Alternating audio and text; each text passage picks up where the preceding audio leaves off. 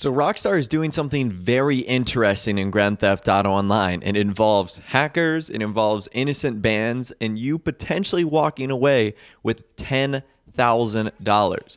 I'm not talking about $10,000 in-game. I'm talking about $10,000 in real life. So Rockstar is affiliated with this program called HackerOne. And essentially what this program is, to give you like the long story short, is you have really technically savvy people or good guy hackers that will work with companies like Rockstar Games, for example, to find issues and things that are wrong with their game. And by doing so, they can actually earn real life money. So, for example, if a hacker comes in and reports that there is a vulnerability in Rockstar's website and they say, hey, Rockstar, here's a vulnerability in your website or your game, here's how you fix it, they'll actually give the individual that pointed that out to them money for saying, hey, thanks for telling us about this. That is a big deal. Well, it looks like Rockstar has extended that policy into Grand Theft Auto Online with one very specific thing that they are trying to correct, which is really cool. So I will leave a link to this in the description, but I'm about to read off all of this for you guys right now because I do think it's so interesting. So it says, new opportunity, Grand Theft Auto Online incorrect ban bounty. We occasionally receive support tickets from people who have been suspended for cheating in Grand Theft Auto Online, denying that any cheating took place and claiming a false positive. We take these claims seriously and investigate them thoroughly. However, we have yet to find any evidence to support these claims. We are offering a $10,000 bounty for any researcher who can successfully identify a reproducible incorrect ban in Grand Theft Auto Online. The types of activities that people have claimed, but we do not believe, have caused bans include using legitimate overlays, e.g. FPS or audio chat integrations, other players spamming the in-game reporting system, and having cache rank forced on them by modders. But please do not limit yourself to investigating these methods. The privacy, security, and experience of our users are the utmost importance. Under no circumstances may any testing target or negatively affect our users. You must use only accounts you own and or created specifically for testing purposes.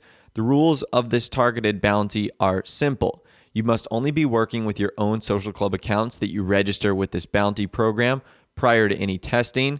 You must show that the ban account was using an unaltered retail copy of GTA 5 on PC. The ban must not be a result of any deliberate attempts to modify the game or the test account. On the PC where the ban occurs, you must not be using a custom code, esoteric software, mods, or other software designed to give an unfair advantage, debuggers, disassemblers, real-time memory editors, instrumentation tools, etc.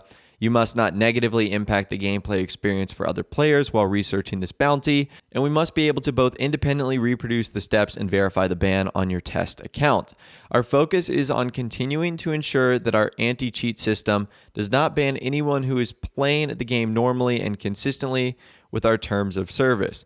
Any reports that are inconsistent with the spirit of what we are focused on will be ineligible for a bounty and closed. Furthermore, no complaints or commentary about existing bans will be reviewed. Note that bans incurred as a result of violating our terms of service will not be reversed.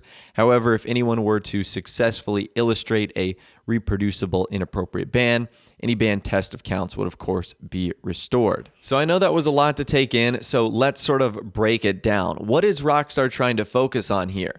Well, they're clearly trying to focus on players getting an incorrect ban, or someone saying, they got banned for no reason or suspended without doing anything wrong.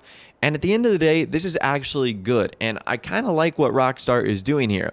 They're obviously placing a priority on something that really is not fair. If you've done something wrong, you get suspended or banned. That's really harsh. And Rockstar obviously wants to stop that. Now, they're under the mindset that this doesn't happen, which of course could be true, but I feel like there's a lot of examples of this happening for it to be completely inaccurate. And they're offering people a $10,000 bounty if they're able to successfully reproduce a ban like this in online.